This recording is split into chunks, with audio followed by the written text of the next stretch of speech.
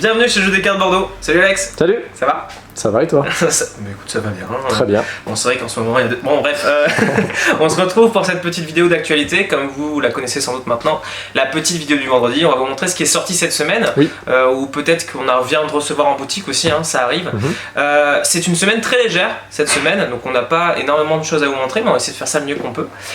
Et on va commencer tout de suite avec Gold, qui est le nouveau venu de la petite gamme d'Atalia, voilà, où on retrouvait déjà Punto, donc ces espèces de petits jeux de poche dans des boîtes en métal. C'est un petit jeu à partir de 6 ans qui se joue de 2 à 5, il faut compter une quinzaine de minutes pour jouer. C'est un Rainer Knizia, donc un auteur hein, quand même assez connu sur ce jeu. En quoi ça consiste? C'est une sorte de memory très avancée, un memory avancé plutôt.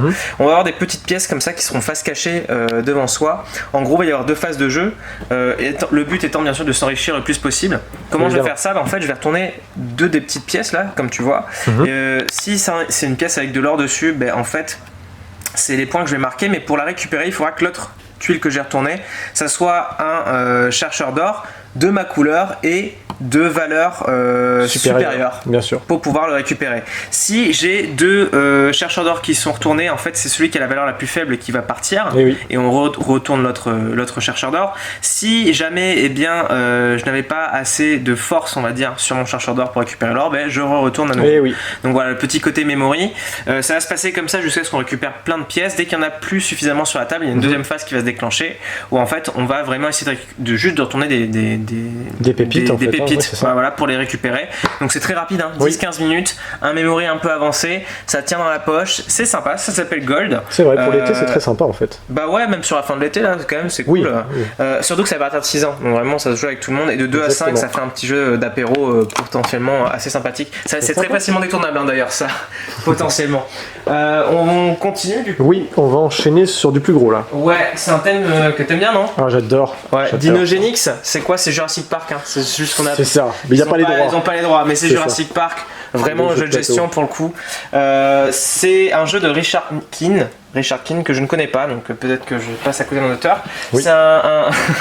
C'est un jeu qui se joue de 1 à 4 joueurs à partir de 14 ans et il faut compter 90 minutes de jeu. Donc un gros jeu, hein, on est plutôt sur du jeu expert. C'est pas non plus le plus expert que j'ai pu voir, mais voilà, ça s'adresse plutôt à cette catégorie de joueurs.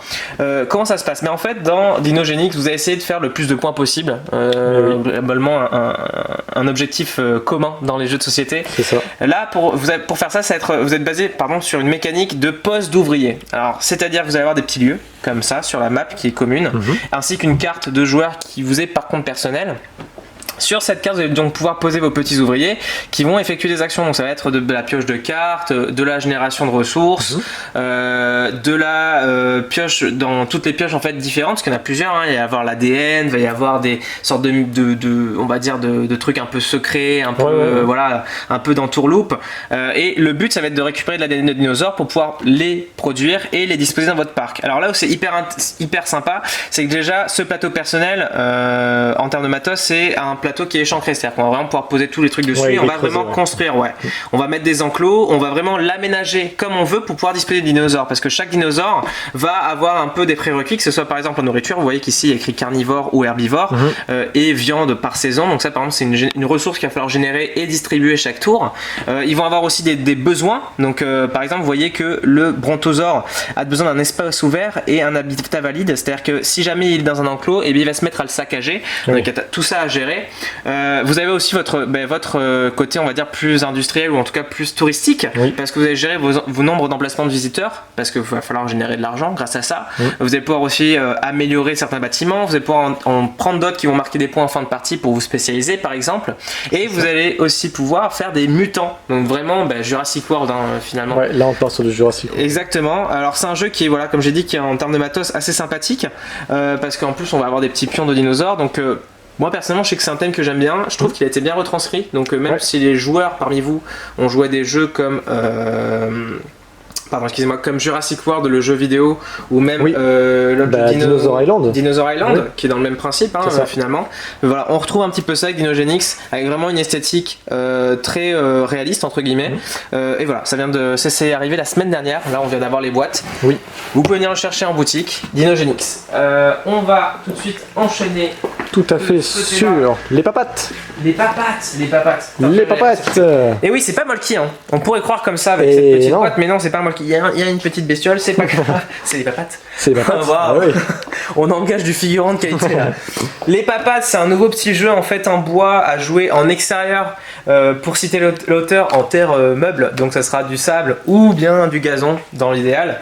C'est très sympa. Honnêtement, j'ai regardé un petit peu comment ça tournait. C'est assez rigolo. On va avoir cette espèce de petite corde qui va nous servir de marquage. En gros, on incarne des animaux qui vont boire à la rivière. Cette corde, elle va démarquer la rivière, qu'il ne faudra bien sûr jamais dépasser, puisque dans la rivière, il y a plein de crocodiles. Les crocodiles, ça mange les animaux de la savane en tout cas. Donc chacun notre tour, je vais essayer de montrer une petite boîte un peu mieux. On va lancer ces pavés là qui représentent en fait des traces d'animaux. Ils sont très jolis, hein. D'ailleurs ils sont colorés, ils sont creusés un petit peu. C'est du matériel joli, ça sent bon le bois. C'est bête, mais j'adore cette odeur. Vous allez prendre vos petits palets, vous allez les lancer. Ça va être la première étape et il faudra toujours lancer les palets le plus loin que le premier que vous avez lancé. Je sais pas si je suis très clair, mais c'est-à-dire qu'il faut vraiment simuler en fait une sorte de marche d'animaux. Si jamais vous en lancez un qui est avant, enfin qui atterrit avant l'une de vos autres marques, eh bien il est retiré du jeu et vous allez faire ça comme ça. Si votre pavé se retourne dans le sens où la marque de trace d'animaux n'est pas marquée, eh bien il y a une petite spécificité aussi par rapport à ça. Et il y a une deuxième phase de jeu qui va se jouer avec des bananes, parce que oui, il y a des bananes, alors pas des vraies, hein, mais des bananes en bois. Je pense pas qu'on puisse les voir. Non, on les voit pas, ouais, mais il y a des bananes. Il y a des petites bananes en fait que vous allez pouvoir lancer. C'est un peu la version. C'est un jeu qui a beaucoup d'interactions pour le coup, parce que vous allez pouvoir lancer les bananes en fait sur les marques des autres joueurs pour les faire sortir du jeu. Et à la fin, vous allez marquer des points. Donc selon bien sûr celui qui est le plus proche de la rivière, aussi le nombre de marques toujours en jeu que vous allez et qui sont valides, hein, c'est-à-dire qui ont été marquées les unes après les autres. Oui. Et des points aussi par rapport à ceux qui auront les deux dernières marques les plus proches les unes des autres. Et ça va vous permettre d'aller jusqu'à 25 points. Et le premier à 25 points en fait gagne la partie. Donc voilà, c'est 2-4 joueurs à partir de 6 ans, parce que c'est du jeu, il faut faire attention quand même de ne pas se les envoyer dans la tête. C'est ça, c'est très familial en fait. Hein. C'est très familial, après même entre adultes, hein, je vois bien faire ça à l'apéro, à la barbecue. Complètement. Voilà, il faut compter 20-30 minutes une partie, ça reste tranquille. Tout à fait. On a un petit truc quand même qu'on a reçu, mais qui peut peut-être plaire à ceux qui ont aimé Magic Maze Kids, qui est une très bonne adaptation pour enfants d'ailleurs de Magic Maze, qui a son originalité. On a reçu un plateau en fait XXL qui se présente sous une forme de tapis de jeu, tout simplement, et qui va vous permettre d'avoir un plus grand plateau pour faire de plus grandes parties. C'est ça. On voit un tapis XXL jusque là. Tout est marqué dessus. Exactement.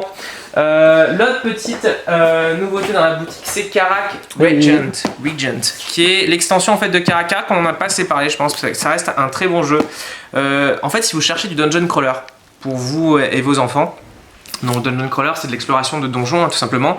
Karak s'y prête vraiment bien. On a des personnages, je fais un petit rappel, hein, c'est un jeu où vous allez avoir des personnages qui vont être chacun uniques, c'est-à-dire qu'ils ont des petites capacités qui leur sont propres, et vous allez explorer un donjon qui va se générer de manière aléatoire, c'est-à-dire que vous allez avoir des tuiles que vous allez connecter, ainsi de suite, pour essayer de l'explorer et récupérer des trésors. Au passage, vous allez vous équiper, vous allez utiliser des pouvoirs, enfin voilà, c'est vraiment, on va dire, une expérience un peu jeu de rôle, ou en tout cas ces éléments de base, vraiment pour les enfants, et c'est très bien illustré, le matos est joli, les plateaux voilà pareil ils sont encore une fois creusés, donc c'est vraiment sympa.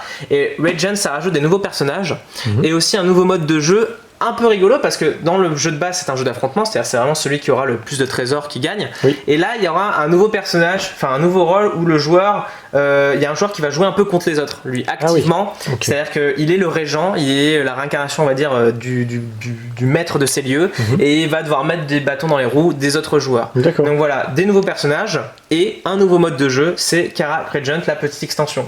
Super, et parfait. Alors on a encore un petit truc, il me semble. Fini, mais oui, derrière le comptoir. Derrière le comptoir, là où on finit classique, de manière traditionnelle les vidéos. Et oui. C'est pour une poignée de marguerites. Boum. Alors qu'est-ce que c'est que pour une poignée de marguerites? Eh bien, ça va faire penser à certains à pour une poignée de meeple, mais détrompez-vous, c'est pas le même jeu. C'est un jeu, alors je vais la tourner comme ça tu pourras bien voir. C'est un jeu où on va incarner des petites vaches qui vont devoir remplir des objectifs Oui. personnelles. C'est-à-dire ces espèces de petites cartes que vous avez devant vous qui vont vous demander en fait d'avoir un certain nombre de fleurs. Parce que comme vous pouvez le voir sur le tour du plateau, j'ai des fleurs de plus ou moins de couleurs. C'est-à-dire que lorsque je m'arrête sur cette case, eh bien, je peux récupérer une fleur de cette couleur. Qu'est-ce qui se passe? Tu vas me dire, Alex, Oui, tout à fait. lorsque deux vaches se rencontrent, qu'est-ce et bien qui là, se passe on les met au centre du plateau et on va faire une bataille de vaches. On va les bloquer comme ça avec leurs petites cornes, c'est fait exprès. Et on va les lancer en fait. Ils vont jouer un peu le rôle de dés parce que vous voyez qu'il y a un nombre de tâches dessus. Et, oui. Et en gros, ça va être la vache avec le plus de tâches qui va gagner le duel et qui pourra rester sur et qui va gagner, des petits trèfles. Oui. Ces trèfles, ils vont servir de joker en fait à terme pour pouvoir avoir les fleurs manquantes. Exactement. Donc c'est un petit jeu assez sympa parce qu'il y a du draft de dés aussi. Ça, je l'ai quand même oublié. C'est important. Pour se déplacer, on va lancer des dés et il y a un draft de dés, c'est-à-dire que vous allez choisir, donc programmer vos actions. C'est là que c'est intéressant peut-être pour les plus petits parce que les jeux comme ça de programmation et de planification, c'est toujours sympa à cet âge-là, surtout que c'est à partir de 6 ans.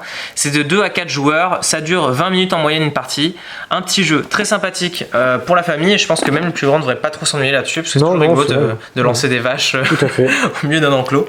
Non pas que je l'ai fait souvent, hein, mais je pense que ça peut être plutôt drôle. Donc voilà, pour une poignée marguerite, c'est l'autre petite nouveauté du côté enfant. Je pense qu'on a fait le tour. Et je crois aussi qu'on a fait le tour. Comme on l'a dit, petite vidéo, pour le coup, pas beaucoup de nouveautés. Très rapide, on s'est attardé un peu plus du coup sur chaque jeu pour peut-être faire une plus grosse présentation. Oui. En tout cas, moi j'espère que cette vidéo vous aura plu. On se retrouve à nouveau la semaine prochaine et puis après il y aura le retour de Tom qui reviendra animer ces petites vidéos. Alex sera toujours là, de toute façon lui il fait partie des meubles. À ce stade il est définitivement ici. On espère avoir de vos nouvelles dans les commentaires. S'il y a un jeu qui vous a plu, qui vous enthousiasme, n'hésitez pas à nous le dire. Peut-être aussi un jeu en ce moment qui vous plaît. C'est vraiment un espace de dialogue et on l'a vu sur notre dernière vidéo. N'hésitez pas à la liker, à la partager si en tout cas elle vous a plu. Et voilà, on vous retrouve la semaine prochaine pour une nouvelle vidéo du vendredi. Ciao Alex. Ciao. Ciao tout le monde. À bientôt. Je joue des cartes Bordeaux.